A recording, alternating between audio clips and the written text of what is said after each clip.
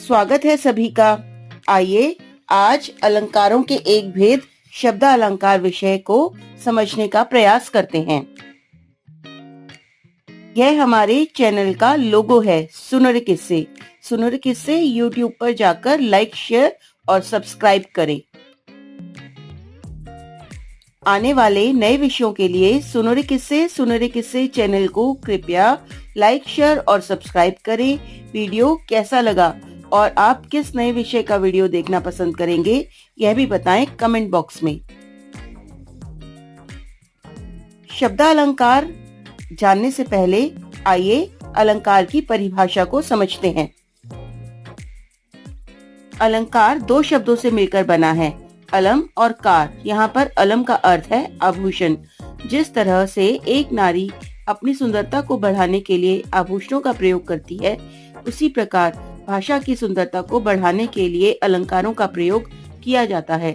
संक्षेप में भाषा के सौंदर्य का उपकरण अलंकार कहलाते हैं। अलंकार की विशेषताएं या लक्षण। कथन के असाधारण या चमत्कारपूर्ण प्रकारों को अलंकार कहते हैं। शब्द और अर्थ का वैचित्र्य अलंकार है। काव्य की शोभा बढ़ाने वाले धर्मों को अलंकार कहते हैं। अलंकार के भेद। अलंकार के मुख्यतः दो भेद होते हैं। अर्थालंकार के दो भेद हैं, शब्दालंकार और अर्थालंकार। शब्दालंकार के तीन भेद हैं, अनुप्रास अलंकार, यमक अलंकार और श्लेष अलंकार। अर्थालंकार के पांच भेद हैं, उपमा अलंकार, रूपक अलंकार, उत्प्रेक्षा अलंकार, अतिशयोक्ति अलंकार और मानवीकरण अलंकार। अर्थालंकार। अर्थ में चमत्कार उत्पन्न करने वाले अलंकार अर्थालंकार कहलाते हैं। इस अलंकार में अर्थ के माध्यम से काव्य के सौंदर्य में वृद्धि आती है। शब्दालंकार। जो अलंकार शब्दों के माध्यम से काव्यों को अलंकृत करते हैं, वे शब्दालंकार कहलाते हैं। इस अलंकार में वर्ण या शब्दों की लयात्मकता अथवा संगीतात्मकता उपस्थित होती है।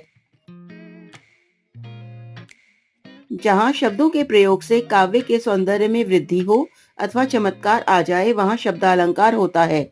शब्दालंकार में शब्द के ऊपर ही अलंकार आश्रित होता है, जैसे कुकी कुकी केकी, कलित कुंजन करत कलोल। यहाँ क वर्ण युक्त शब्दों की आवृत्ति से चमत्कार उत्पन्न किया गया है, अतः यहाँ शब्दालंकार है। आइए कुछ प्रमुख शब्दालंकारों के विषय में पढ़ें। अनुप्रास अलंकार। जिस रचना में व्यंजन वर्णों की आवृत्ति एक से अधिक बार होती है, अर्थात एक ही व्यंजन शब्दों में बार बार आए, वहाँ अनुप्रास अलंकार होता है। उदाहरण जैसे रघुपति राघव राजा राम पतित तपावन सीता राम। यहाँ र व्यंजन और प व्यंजन के बार बार आने से सुंदरता उत्पन्न हो रही है, अतः यहाँ अनुप्रास अलंकार है। अन्य उदाहरण देखते हैं। पहला, चारु चंद्र की चंचल किरणें खेल रही हैं जलथल में, च वर्ण की आवृत्ति। दूसरा, तरनी तनुजा तट तमाल तरुवर बहु छाए, त वर्ण की आवृत्ति। तीसरा, सोना सज्जन साधुजन टूटी जुरे 100 बार, स वर्ण की आवृत्ति। अतः इन सब में अनुप्रास अलंकार है। यमक अलंकार। जब किसी काव्य पंक्ति में शब्दों की आवृत्ति एक से अधिक बार हो और हर बार शब्द का भिन्न यानी अलग अर्थ निकले, तो वहाँ यमक अलंकार होता है। उदाहरण, कर का मन का डारी दे, मन का फेर। इस पंक्ति में मन का 2 बार आया है, किंतु दोनों का अर्थ भिन्न है। पहले मन का अर्थ हृदय तथा दूसरे मन का अर्थ माला में बिंधा हुआ दाना है, अतः यहाँ यमक अलंकार है। ये कुछ और उदाहरण देखें। पहला, कनक कनकते 100 गुनी मादकता अधिकाय। कनक का अर्थ यहाँ सोना और कनक का अर्थ धतूरा। यहाँ पर कनक के 2 अर्थ हैं। दूसरा उदाहरण है, कहे कवि बेनी बेनी ब्याल की चुराए लिहनी। बेनी नाम के लिए और बेनी चोटी के लिए प्रयोग किया गया है। तीसरा उदाहरण है, हरि को ढूंढन हरि चले, हरि बैठे हरि पास। हरि से जब हरि मिल गए तब हरि भय उदास। हरि नाम, हरि भगवान और हरि बंदर के लिए यहाँ प्रयोग किया गया है। श्लेष अलंकार। यमक अलंकार में एक ही शब्द एक से अधिक बार प्रयुक्त होता है, परंतु अलग अलग स्थान पर। इसका अर्थ अलग अलग होता है। इसके विपरीत श्लेष में एक शब्द एक ही बार प्रयोग होता है, लेकिन उसके दो या अधिक अर्थ निकलते हैं।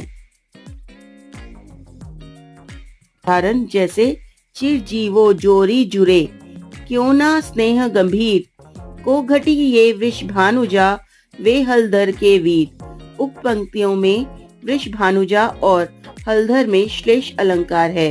वृष भानुजा का अर्थ है राधा, और यदि वृष भानुजा शब्द को तोड़कर इसका अर्थ निकाला जाए तो अर्थ होगा वृषभ जमा अनुजा अर्थात बैल की बहन। इसी प्रकार हलधर के दो अर्थ बैल और बलराम हैं। इस प्रकार एक अर्थ के अनुसार राधा वृषभानु की पुत्री है और दूसरे अर्थ के अनुसार बैल की बहन। दूसरी तरफ कृष्ण एक और बलराम के भाई हैं, तो दूसरी ओर बैल के भाई। श्लेष अलंकार के कुछ अन्य उदाहरण इस प्रकार हैं।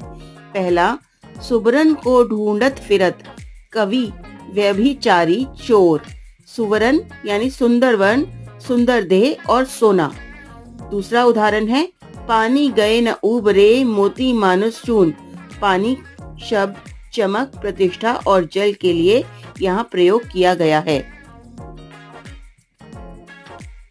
आशा करती हूँ इस वीडियो के माध्यम से आप शब्दालंकार समझ पाए होंगे।